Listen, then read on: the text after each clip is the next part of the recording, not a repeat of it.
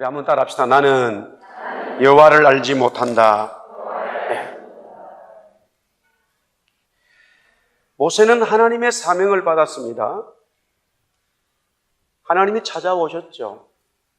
그러나 모세는 즉각적으로 반응하기는 어려웠어요.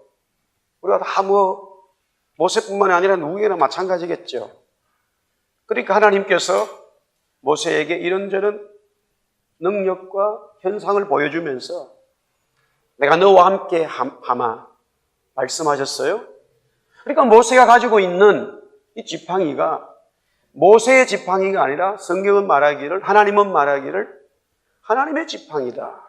그렇게 말씀하셨어요. 무슨 말입니까? 우리의 연약함을 하나님이 쓰시면 문제되지 않는다는 거예요. 하나님이 함께 하신다는 거죠.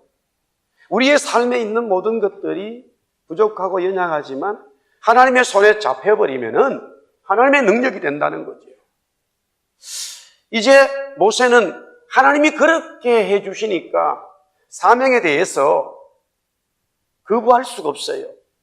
그래도 선뜻 대답하기 어려우니까 하나님, 다 좋은데 제가 말 잘 못한다 이거죠. 그래, 네 형은 말 잘하니까 내가 너의 대변인으로 세워주마. 걱정하지 마라. 그래서 형 아론이 모세의 대변인이 되니까 더 이상 이제 사명에 대해서 거부할 수 없고 받아들였고, 그렇게 진행하여 지금 이스라엘 백성들과 장로들이 다 동의하고, 우리의 새로운 지도자가 이제 왔다. 우리는 애굽에서 구원받을 수 있다. 라는 엄청난 함성과 함께 그 히브리 사람들이 있는 그 지역의 고센 지역에 축복 블레싱이 임했어요. 대통령 선거를 하고 국회의원 선거를 하고 새로운 지도자가 나면은 무언가가 될 것처럼 엄청난 축제 분위기로 가지만 1주, 한 주, 2주, 한 달, 2달 가면은 여전히 지지율은 곤두박질 치는 게 세상의 일이죠. 모세의 지지율이 급상승에다가 오늘 완전히 땅바닥에 떨어지는 것을 보게 됩니다.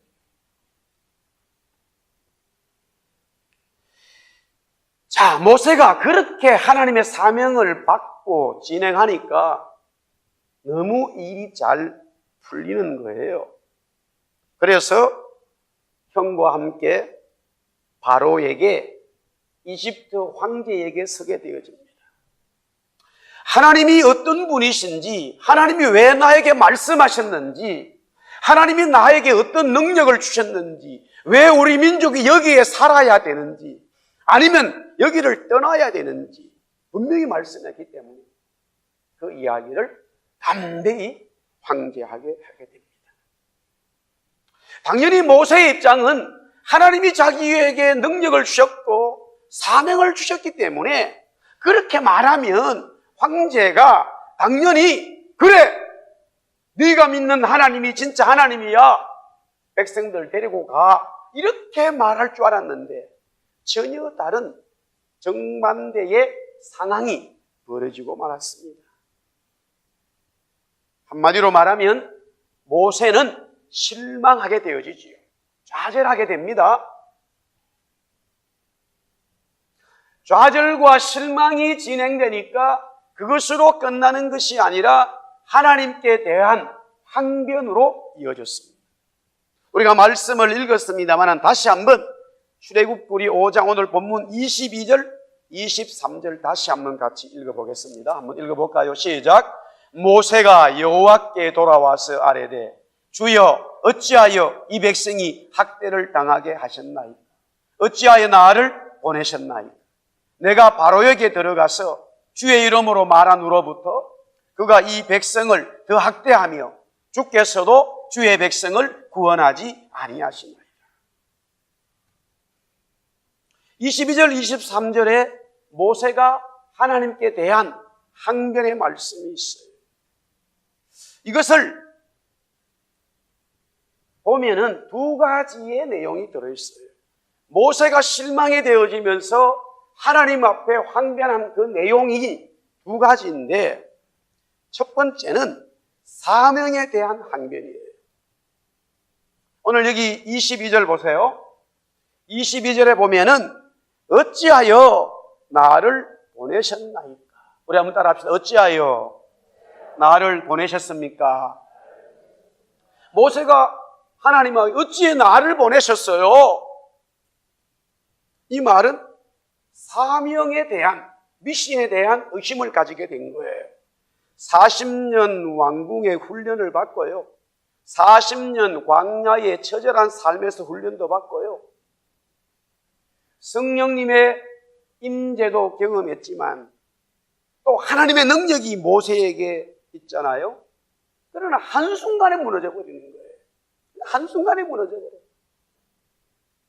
뭐 은혜 좀 받았다고 펄떡펄떡 뛰다가 완전히 팍 꼬꾸라지는 거 보면 참으로 인간의 연약함을 우리는 보지. 그래서 오늘 여기 모세는 결국 구원자가 아니라는 거예요. 이스라엘 백성들의 구원자로 나타난 것처럼 보이지만 엄밀히 따지면 구원자 아니에요. 그런 인간이에요. 연약한 인간이에요. 역시 죄악으로 가득 찬 인간일 수밖에 없어요. 우리 주님, 그리스도 주님, 정말로 진정한 영원한 구원자 주님만이 우리의 구원자지. 주님도 똑같이 복음을 전하고 사명을 감당하면서 이런 일에 부닥쳤지만 그 주님은 하나님 앞에 왜 하나님 나를 이 땅에 보내셨습니까? 라고 사명에 대한 항변이 없어요. 사명의 완수에는 막힘과 어려움과 고난과 고통이 당연히 있다는 거지요. 그러나 사명을 받은 우리라 할지라도, 모세라 할지라도, 하나님이 함께 하시고 은혜를 받았다 할지라도 어느 순간에 막혀버리면 그냥 곤두박질 쳐서 낭떠지로 떨어지는 게 우리의 신앙의 모습이에요.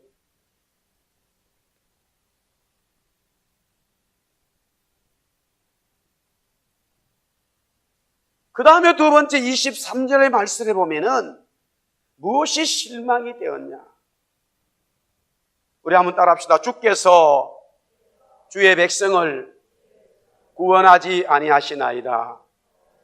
주께서 주의 백성을 구원하지 않습니다. 23절 말씀이지요.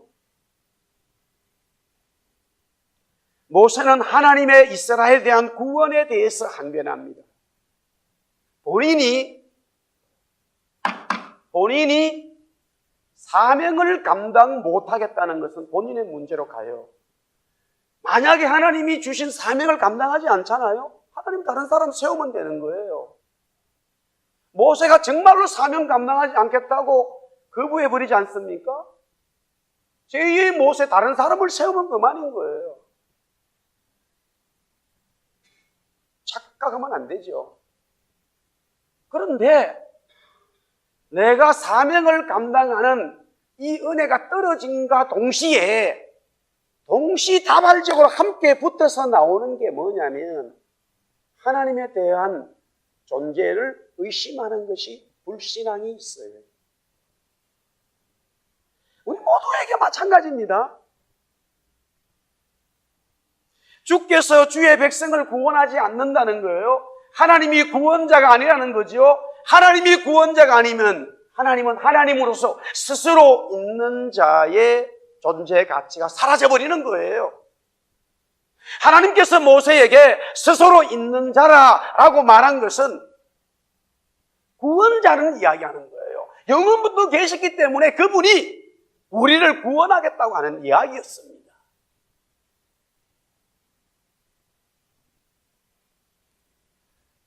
모세는 자기의 사명이 곤두박질침과 동시에 하나님의 구원에 대해서도 의심하게 된다는 사실이에요. 정말로 내가 구원받았을까? 또 의심하게 되는 거예요. 마귀는 끊임없이 하나님이 우리에게 주신 구원을 흔들어대는 거예요.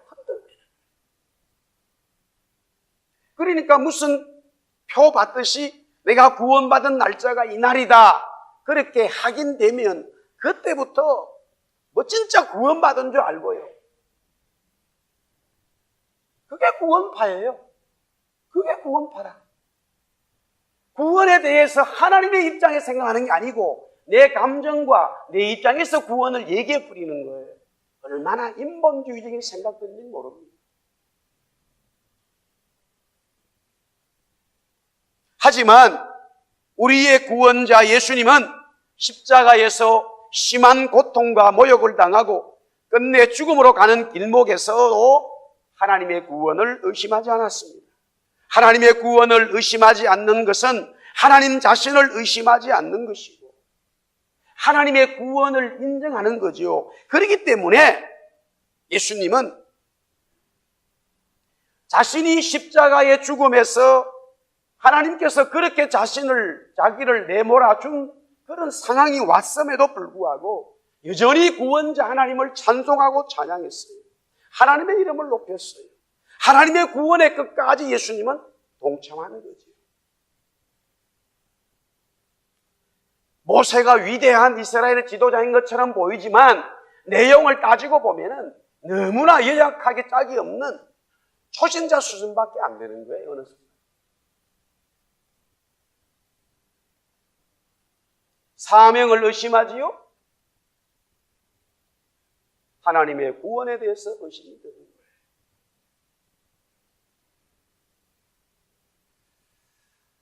거예요.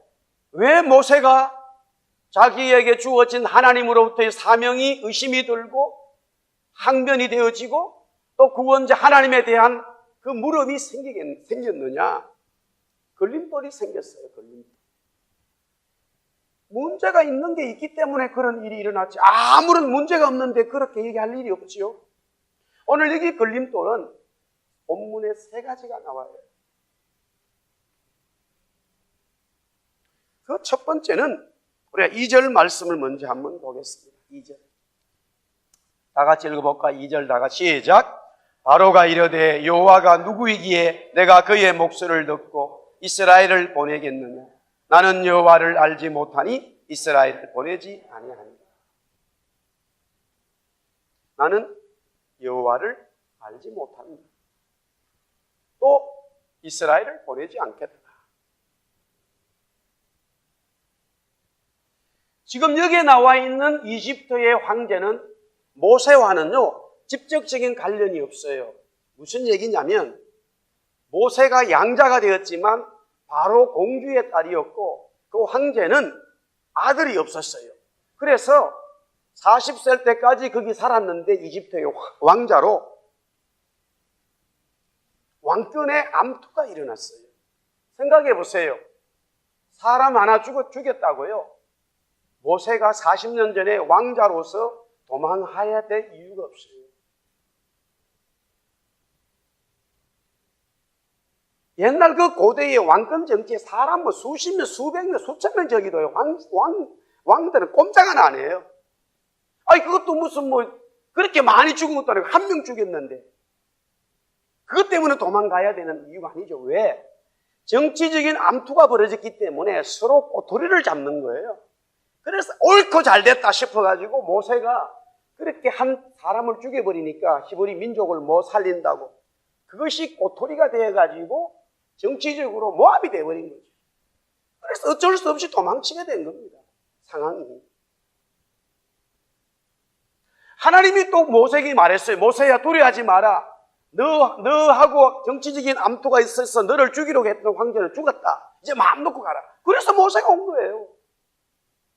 그런데 첫 번째 걸림돌이 뭐냐? 바로 황제였다는 사실. 바로 이집트의 황제 바로가 있어요. 이것은 다른 말로 사람입니다. 사람. 따라합시다. 사람이 나의 걸림돌이다. 이건 불신자를 말하는 불신자. 불신자, 모든 세상의 불신자 사람들이에요. 하나님의 사명을 확실히 받고 성령님의 은혜와 은총이 있어도 사람에게 막혀 더 이상 사명이 진행되지 않을 뿐 아니라 사명과 하나님에 대한 것까지 의심하게 되죠. 능력이 있는 사람이 막아버리면 더욱더 그런 거예요. 이민 생활에 아무것도 모르는 사람이 이민 와가지고요. 내가 이거 하겠다고 그러니까 한 40년 살았던 사람이 딱 보더니 그거 하면 안 된다고 이러는 거예요. 왜요? 이민 생활을 진짜 모르네. 내가 여기 지금 40년 밴쿠버에 사는데 지금 오자마자 그거 하겠다고? 아이고, 그만 못하는 거예요. 현실이라니까요. 40년 그 사람이 밴쿠버 사는 경력이 있다 그러니까 말해버리네. 그만 생각했던 플랜이 다 없어져 버리는 거예요. 막 새벽에 기도하니까 하나님 은혜 주셔가지고 할렐루야 그랬는데 그 사람 말 한마디 하니까 그만 접어버리는 거예요. 많이 봤어요. 여러분들도 여러분들이지만 목회자가 교회 한다 그러니까 아유 목사님 저 주위에 이민교회 얼마나 많은데요 지금. 되겠습니까? 거기 사는데. 사람이 그렇게 말해버리면 그만 팍 빠져버립니다. 그 말하는 사람이 상당히 유력하고 권력 있고 지식 있고 똑똑하고 그 분야에 더 뛰어난 사람이 말해버리면 그만 사로잡혀가지고 컥 주저앉아버립니다.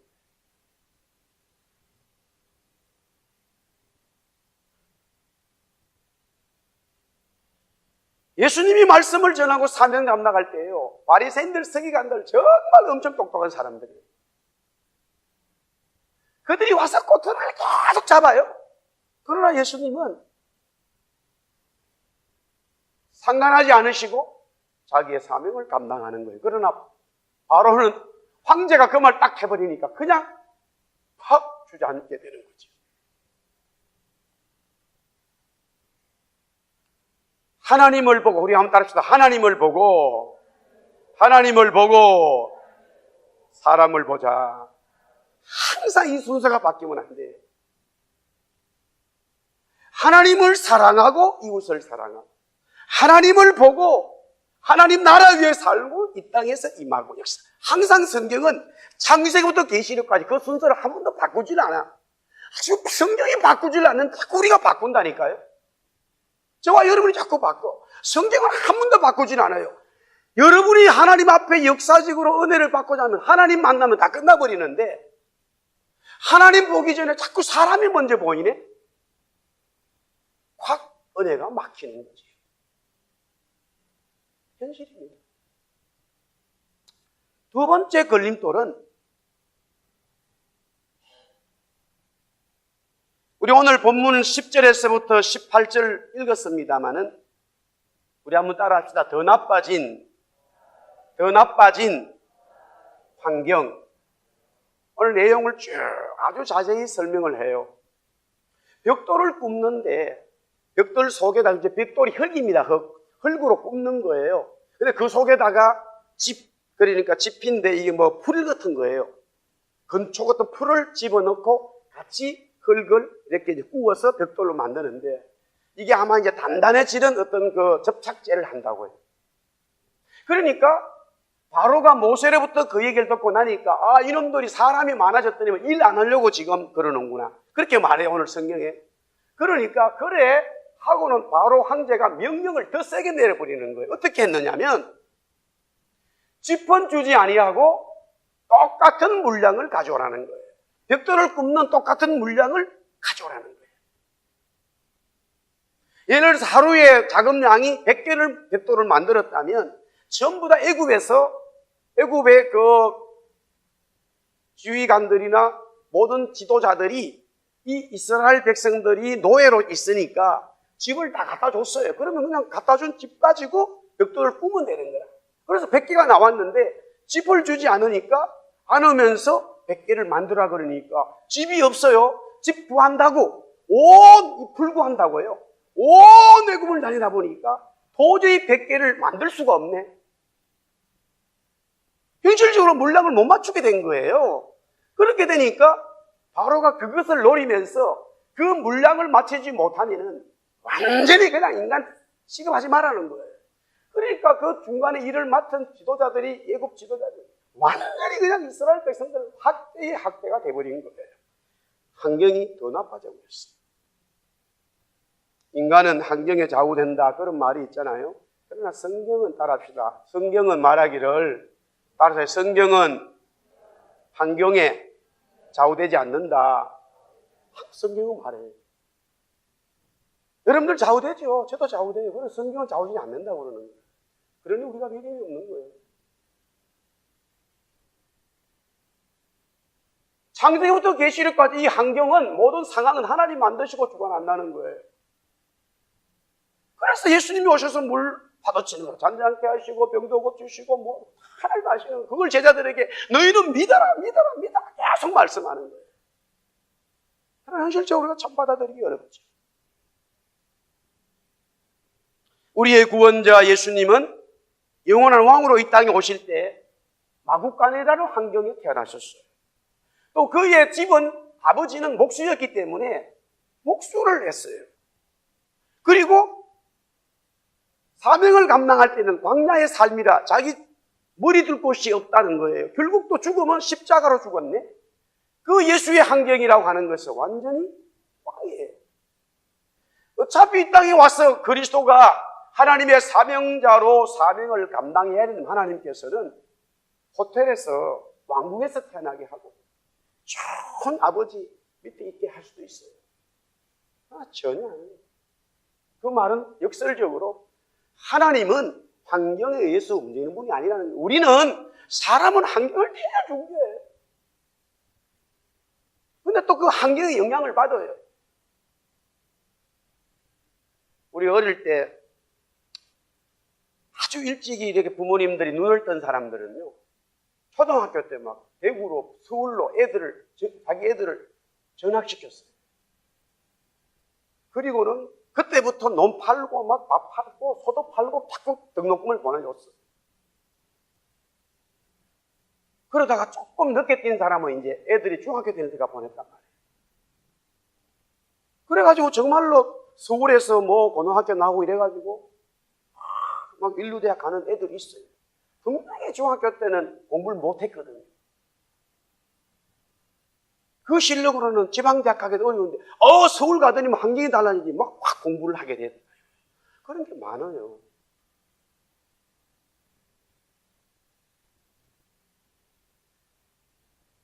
실제로 우리 환경에 영향을 받아요. 그러나 성경은 한 번도 사랑하는 종도라, 사랑하는 백성들아, 환경에 영향을 받아라, 받지 마라, 이 말씀에서 받지 않는다고 늘 성경은 또 바꾸지 않아요. 이 부분에 대해서. 우리가 믿음이 있다, 내가 예수 믿는다, 하나님 만났다, 내 주어진 환경을 자꾸 보지 않는 거예요. 환경에 얽매이지 않는 거예요.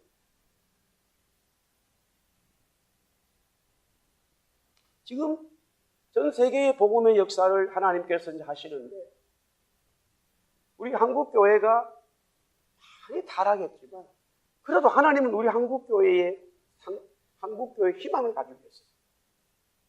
할렐루야. 거기에다가 특별히 디아스포라, 우리 이민교회, 한국 이민교회에 엄청난 하나님의 관심과 하나님의 비전이 있어요. 할렐루야.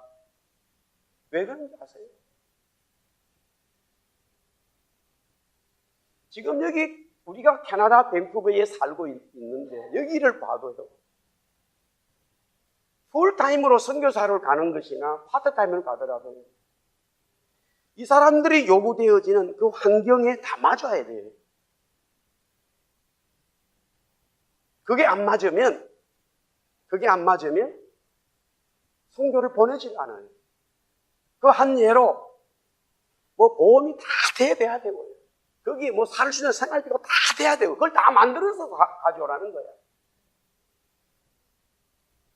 그러다 보니까 무엇에 문제가 생기냐면 열정이 사라져버려요.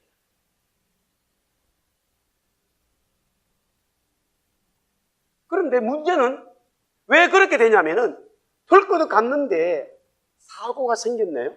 정말로. 그러니까 막 서로 맞고 그 사고 때문에 비판하고 비난하게 되니까 그럴 바에 차라리 보험 들고 해서 가라, 이걸 요구하는 거예요. 또 그걸 맞추려고 하다 보니까 그만한 상황이 안 되네. 그러니까 못 가게 되는 거예요.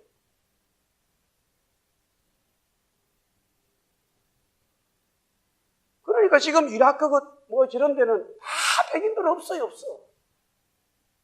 제가 작년에도 다녀왔습니다만은 우리 그 선교사님 얘기하고 그래요. 백인들은 무슨 NGO 단체로 오더라도요, 2년, 2년만 치고만 엄청나게 오래 있는 거예요. 다른 게 아닙니다.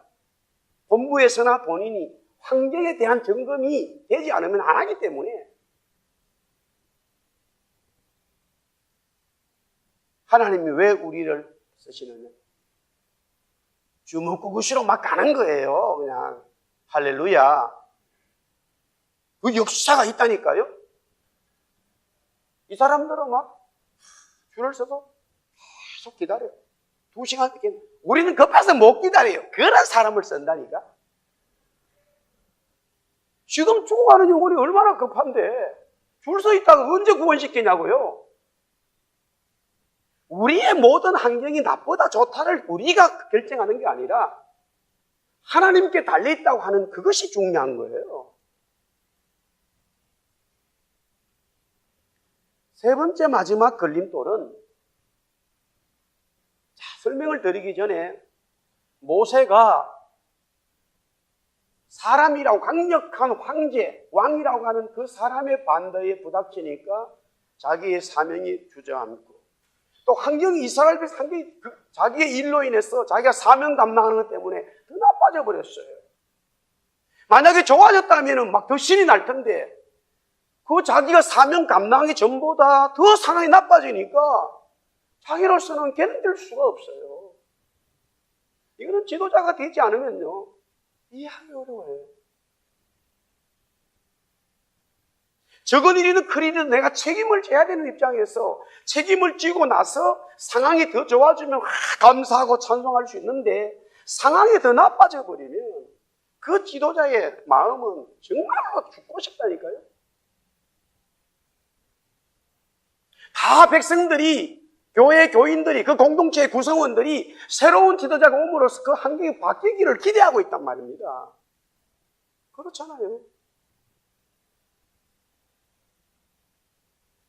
물론 이 두 가지 일로 인해서 모세가 힘들었지만 정말로 모세가 낭떠러지 나락으로 떨어지는 더 중요한 이유는 동족인 이스라엘 백성들로부터의 불신이에요. 이 불신임이 일어나 버리니까 40년 사건이 또 생각이 나버리는 거예요. 우리 한번 성경을 한번 같이 한번 보겠습니다. 자, 우리 21절 우리 한번 같이 읽어볼까요? 다 같이 21절 시작.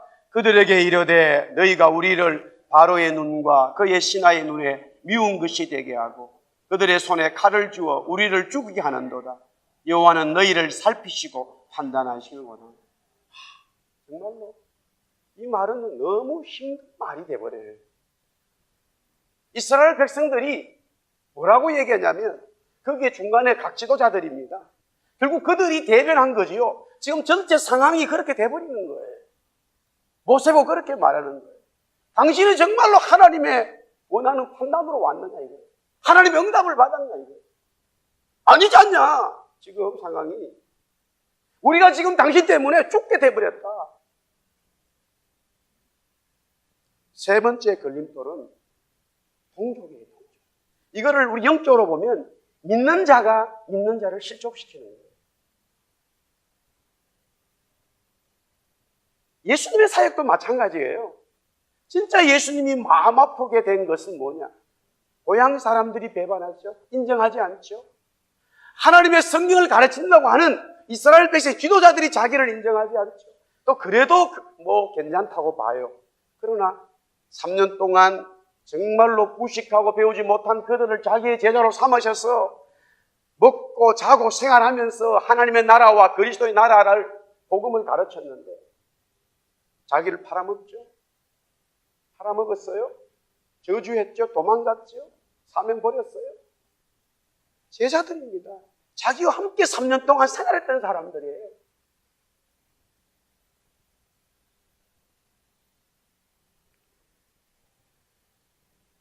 저는 목회를 이제 여기서 개척해서 14년째 오지만 물론 이 세 가지 문제가 다 어려워요. 이 캐나다라고 하는 우리가 이민자의 교회로서 캐나다라고 하는 밴쿠버라는 이 사회 속에 불신자 이 사회 속에 막강한 이 사회 속에 우리가 존속해 가는 거 그건 많은 어려움이 있어요. 우리 교인들이 기업을 하면서 어떤 일들을 하면서 부닥쳤을 때에 이 캐나디언 이 사회에 뚫고 갈 수 있는 것을 우리가 발견 못하고 그 힘이 없을 때에는 좌절될 수밖에 없어요.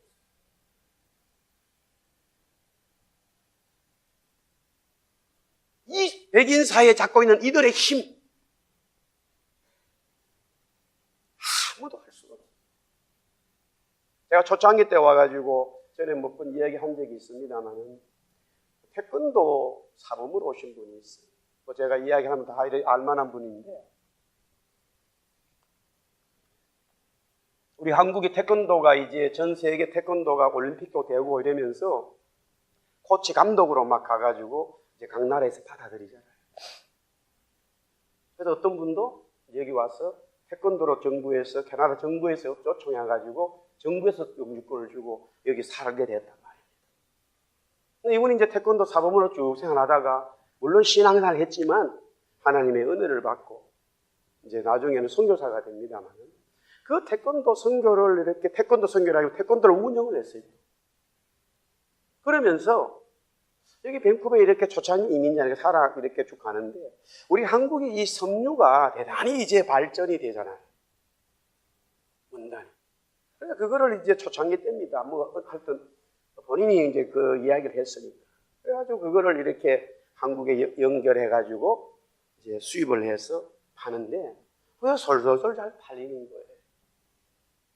그래서 돈이 자꾸 벌려지는 거니까 태권도 사범도 해서 뭐 애들 레슨 받는 것도 뭐 그게 자기가 실력가기 때문에 구단이니까 또 정부가 초청한 사람이라 실력자니까 이 캐나다인 사회에서도 대단히 인정받아서 그 돈이 적지 않지만 그 장사를 하니까 돈이 많이 벌리는 거예요. 그렇게 계속 하다가 자꾸 이렇게 장사가 잘 되니까 자기가 그동안에 뭐 벌었던 거 집도 다 하고 정리하고 또 자기 여기 뭐 친척도 있었던 또 친구들 야 우리가 한번 큰 돈 벌을 수 돼가지고 돈을 끌어서 큰 여기 배에다가 뭐 한국에서 엄청난 원단을 다 사가지고 왔어요. 근데 사오기 전에 이제 계약을 다 받은 거예요. 또 물량을 어디에서 얼마 해가지고 이미 다 물량이 채워졌기 때문에 또 그 오다를 한 거예요. 그래서 그 배가 이제 밴쿠버 항구에 들어왔는데 다 오다했던 사람들이 다 캐리는 백인들이죠. 다 안 사겠다고 그냥 나가 떨어져 버린 거야. 왜 안 산다고? 돈은 다 지불됐어. 자기 돈만 날린 거는 관계없어요. 친구들 집안에 돈 내놔라고 난리가 벌어진 거예요. 현실이 이야기는 어려워요. 그래서 이분이 안 되겠다. 내가 자살해 죽자. 그렇게 결정을 하고 저녁에 태권도를 마지막으로 가르치는데 뭐 백인 애들이 있잖아요. 그래서 내가 이제 다 가르쳐 그랬대요. 오늘로서 너희들하고 마지막 그러니까 어떤 백인의 하나가 그 사부님 왜 그만두시는 내가 죽으려고 그러면 그러니까 막 울더라는 거예요. 나 자기 태권도 배우고 싶다 이거예요. 그래도 어떡하겠어. 그런데 애가 집에 갔죠. 전화가 띠리링 왔어. 얘들 아버지가 전화하고 온 거예요. 오늘 우리 애가 와가지고 막 울고 그러는데 왜 오나 물으니까 아유 태권도 사부님께서 죽는다고 그런다는데 무슨 일입니까?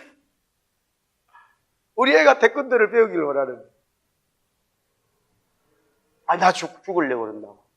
왜 죽느냐고 그러니까 아유 무슨 일이 있다고 그러니까 그래 그러면 당장은 죽지 말고 나하고 좀 만나자고. 그래서 언제 좀 보자고. 어디 나오라는 거예요. 그래서 갔더니만은 뭐 비서들인지 자가용이 탁 어물뺀적반장한 자가용이 딱 타락을 타고는 걔들 집을 한번 가본 적은 없어요. 걔가 왔기 때문에 그러니까 이제 그 종들이 데리러 줬단 말이에요. 일하는 사람. 그래 막 그 집에 도착 문이 쫙 열리는데 뭐 한 3일은 간 것 같다 이렇게 얘기하는 거예요. 하여튼 뭐 그 밴쿠버에 그런 집이 있는 줄 몰랐다. 해변가. 그러니까 탁 나가 참 뭐 데일리 소리. 그래가지고 그 누가 중간에 어디 이렇게 해서 이제 줄이 막 번쩍번쩍 앉아있어. 조금 있으니까 다 주위 그 애들 아버지예요. 그러더니 막 앉아가지고, 왜 죽으시려고 그러시냐. 이럴 때. 그러니까 내가 이자 그렇다 그러니까. 이 사람이 그걸 딱 듣고는 팔짱을 더 끼고는 가만히 있더래. 뭔가 있는 것 같더래, 느낌이. 아무 소리도 안 하고 가만히 있더니만 정말로 너 죽으려고 그래. 나 지금 완전히 인생 끝났다. 죽지만 안 죽어도 된다 이러는 거야. 그러더니 자기 명함을 다 꺼내가지고 뒤집어가지고 사인을 쫙 하더니만은 이거 가지고 언제 다운타운 어제 나오라는 거야. 또 뭔가 싶어가지고 그날 나갔더니 다른 사람이라 그 사람이 또 그 사람들이 이 사람을 데리고 어디로 또 가는데 거기 다른 집이에요. 저는 이 사람과 무관한 사람이라 또 비슷한 그런 집에 갔어. 그들이만 또 무슨 사장이 하나 나왔어요. 지금 이 사람들 다 유대인들입니다. 주위시에요. 근데 이 사람이 두 번째 만난 이 사람이 누구냐? 밴쿠버 캐나다 전체 원단 회장님이라니까. 그래가지고 이 부하들이 데리고 어디로 가더니면 회장님 만나서 그래서 회장님이 모자를 흡더래.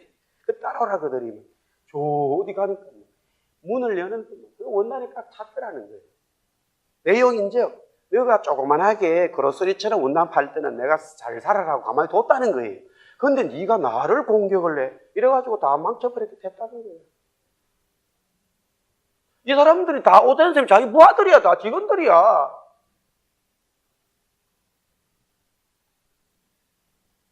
그런데 내 친구가 사인을 하고 니 살려주라 그러니까 이거 다 그냥 정리하고 그냥 나가 죽지는 마라 이러더라는 거예요. 그리고 하지마 그러더래. 그래서 그분 충격받고 하나님 이게 뭡니까? 울급을 하다가 선교사 됐대요 뭐. 저는 초창기인데 그분은 직접 들었어요.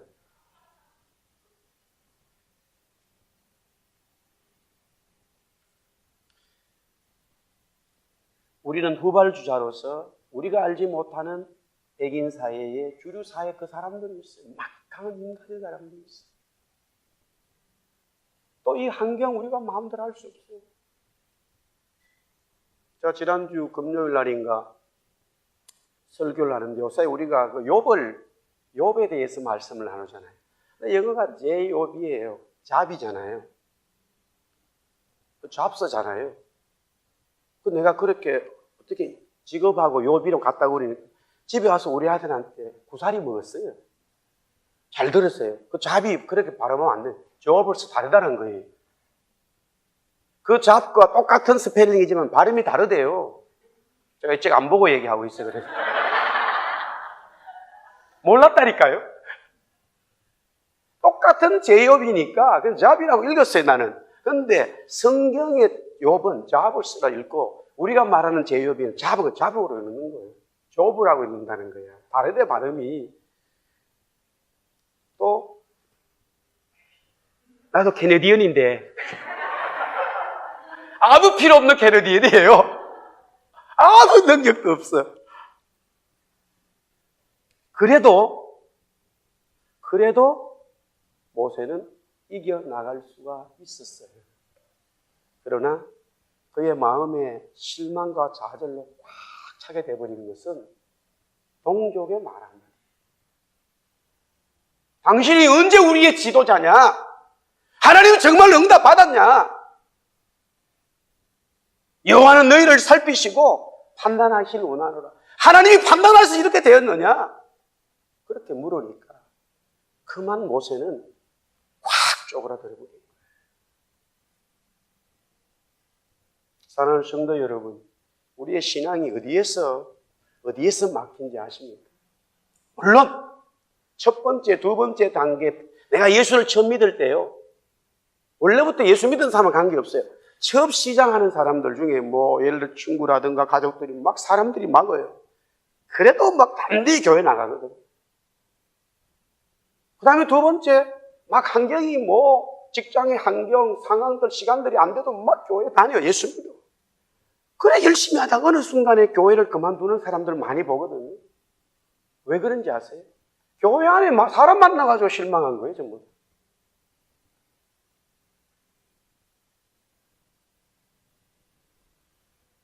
하나님의 진리가 아니야. 또 하나님의 진리를 오용해 버렸어요.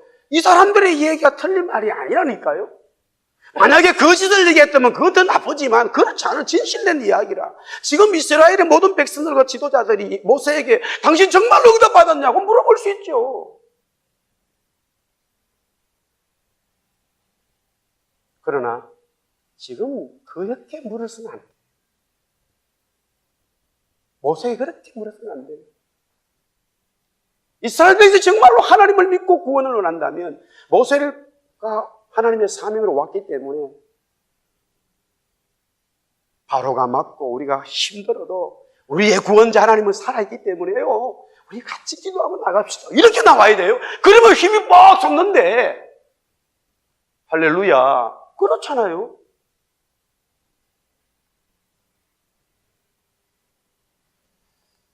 그러나 결론의 말씀을 드리겠습니다. 첫 번째든 두 번째든 세 번째든 다 그렇다 하더라도 먼저 중요한 것은 모세 자신이에요. 우리 한번 따라하겠습니다. 모세는 하나님의 말씀을 잊어버렸다. 하나님의 말씀을 놓쳐버렸습니다. 그리고 출애굽기 3장 19절에 20절, 그 다음에 출애굽기 4장 21절, 23절, 우리 4장을 한번 보겠습니다. 두 가지 다 나옵니다만 전체 내용이 다 나오죠. 우리 21절, 4장 21절, 23절 다 같이 시작. 여호와께서 모세에게 이르시되 네가 애굽으로 돌아가거든 내가 네 손에 준 이적을 바로 앞에서 다 행하라. 그러나 내가 그의 마음을 완악하게 한즉 그가 백성을 보내주지 아니하리니 너는 바로에게 이르기를 여호와의 말씀에 이스라엘은 내 아들 내 장자라. 내가 네게 이르기를 내 아들을 보내주어 나를 섬기게 하라 하여도 네가 보내주기를 거절하니 내가 네 아들 네 장자를 죽이리라 하셨다라 하시니. 무슨 말입니까? 바로가 안 보내준다는 거였다니까요. 원래 몇 번 말했어요. 사실은요. 주님이 모세에게 네가 가서 말했을 때에 바로가 바로 보내줄 거야 그렇게 말하지 않았다니까요. 막 성령 받고 은혜 뜨끈뜨끈 받을 때에 지팡이를 던지라는 거예요. 던지니까 뱀이 되고 다시 꼬리 잡으라는 거예요. 잡으니까 다시 지팡이가 돼요. 이런 은혜가 왔을 때 하나님 말씀하셨어요. 모세야, 네가 가서 말해도 걔는 말 듣지 않을 거야. 잊어버렸다니까요. 그게 뭐예요? 은혜를 받고 막 은사를 받고 잘 되면 세밀한 말씀을 살피지를 못해요. 내가 너무 잘 되고 은혜가 되면 하나님이 주신 아주 세밀한 말씀을 제대로 보고 따라가야 되는데 놓치기 쉬워요. 원래 하나님은 모세를 보냈을 때에 바로가 그렇게 안 된다니까. 마지막 누가 죽어야 나와요? 장자들이 다 죽어야 나온다니까요. 말씀을 놓쳐버린 거예요. 그래서 모세는 이제 이후에 주님이 하나님 말씀하시지만 바로 그 힘있는 황제, 또 엄청난 이스라엘 백성들 확대되어진 더 나빠진 환경, 또 이스라엘 백성이 자기를 불신하더라도 거기에 이제는 벗어나게 되어져요. 왜? 말씀을 붙들었다. 말씀을 붙들었다. 지금은 말씀을 잃어버렸어요. 그래서 하나님의 구원, 하나님의 역사는 지금은 뭐 분명히 하나님 말씀하실 때고 지금은 왜 이렇게 되지? 왜 이래 안 되지? 왜 이렇게 막혀지? 라고 말하지만 하나님은 완전하시게 역사하시는 줄 믿어요. 완전한 하나님인 줄 믿어 우리가. 할렐루야. 그러면 옆에 인사합시다. 하나님은 완전합니다만 인사하세요.